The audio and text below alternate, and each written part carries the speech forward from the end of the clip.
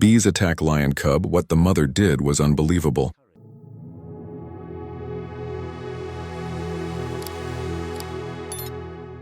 The first sign was a sound, thin, cracked, and frightened. It came from the edge of the acacia grove, where the grass grew pale and brittle under the sun. A lion cub lay there, small and golden, his fur darkened with dust. His sides rose in quick, uneven breaths.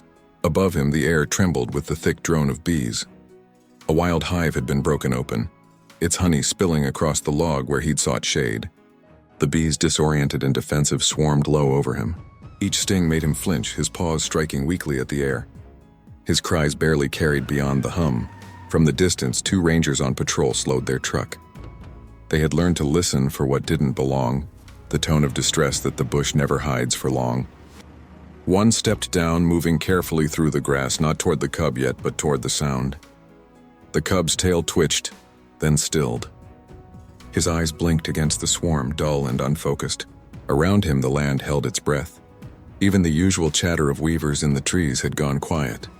The older ranger whispered, "He's been here for hours." The younger only nodded, his eyes searching the horizon.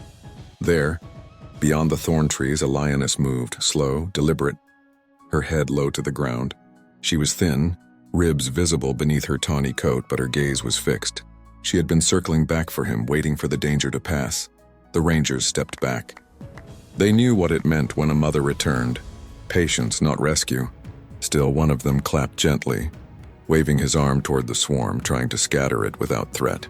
A cloud of bees rose, angry but brief, then drifted away toward the trees. The cub whimpered once, a sound small enough to vanish in the wind. Moments later, the lioness emerged fully into view. Her muscles moved like quiet fire beneath her coat. She approached with slow caution, pausing only when she caught the sharp scent of honey and human sweat. Her eyes flicked once toward the men, then back to her cub. She did not roar. She only stood for a moment, then, with a soft grunt, lowered her head beside him. The cub's ear twitched. Her tongue passed over his head again and again, brushing away the dust, the sting, the smell of fear. The rangers didn't speak.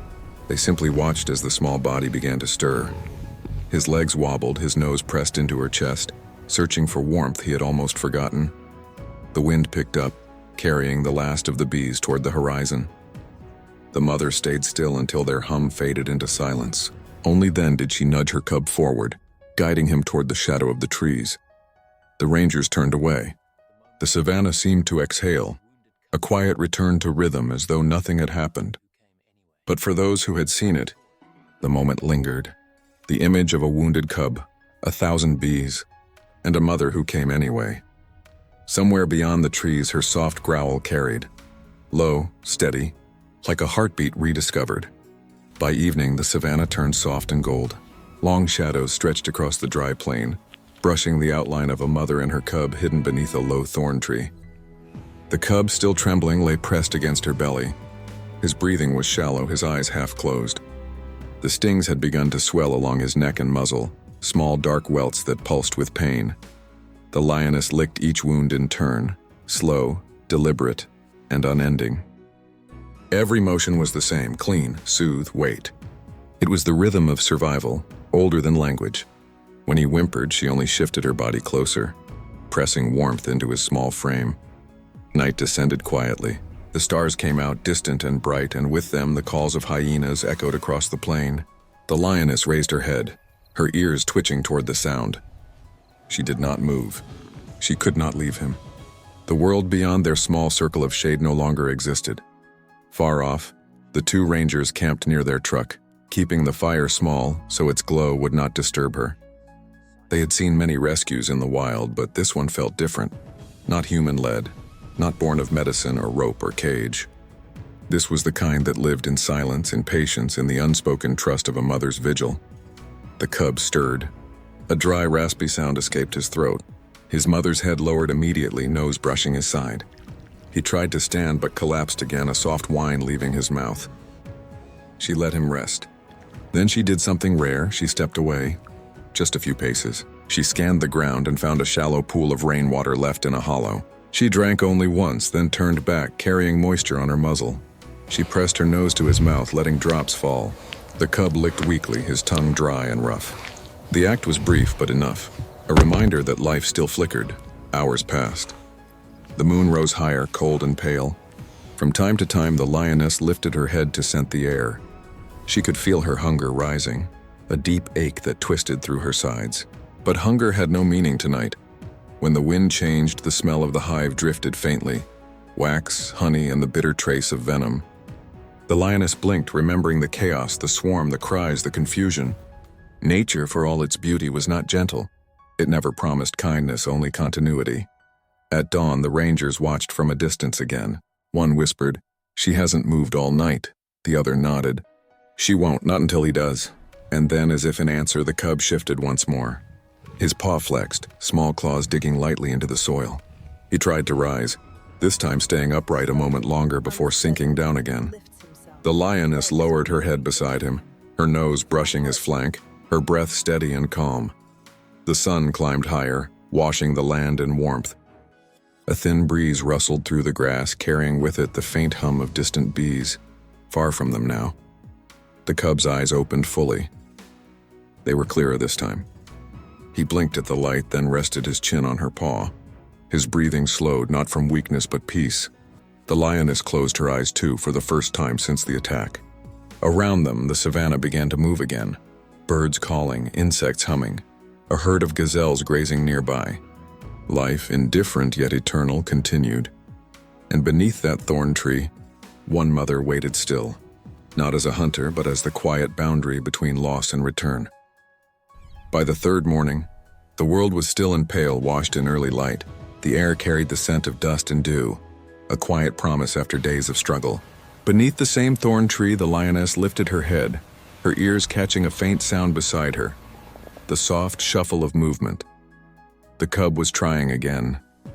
His legs trembled, thin and unsteady, but this time his will was stronger than his pain. Each breath came like effort, each step like discovery. He rose halfway, stumbled, then pushed again, tiny claws scraping against the dry earth. His mother watched without moving, her amber eyes calm and deep. She did not nudge him, did not intervene. The wild does not carry its children. It waits for them to find their strength. The cub managed to stand. For a moment, he swayed under his own weight, ears twitching, tail low. Then, unsteady but proud, he turned his head toward her. His gaze met hers, a small, silent recognition, the first flicker of life reclaiming itself. A single phrase broke the morning stillness from the rangers' camp not far away. "He's up," one of them whispered, the words barely carried by the wind. The lioness lowered her head, pressing her nose lightly to her cub's shoulder. It was not affection in the human sense. It was acknowledgement, a quiet approval that said enough.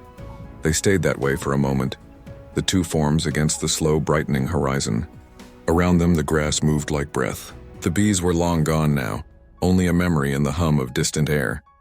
When she finally turned, it was with purpose. The lioness began to walk, slow and measured, pausing every few steps. The cub followed, awkward at first, his gait uneven. But he followed. His mother didn't look back, yet her pace matched his strength.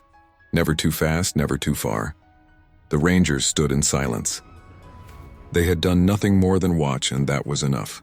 Nature did not always need saving. Sometimes it only needed space to remember itself. As the two lions crossed into the open plain, light spread across their backs, gold on gold, blending them into the landscape that had almost claimed one of them.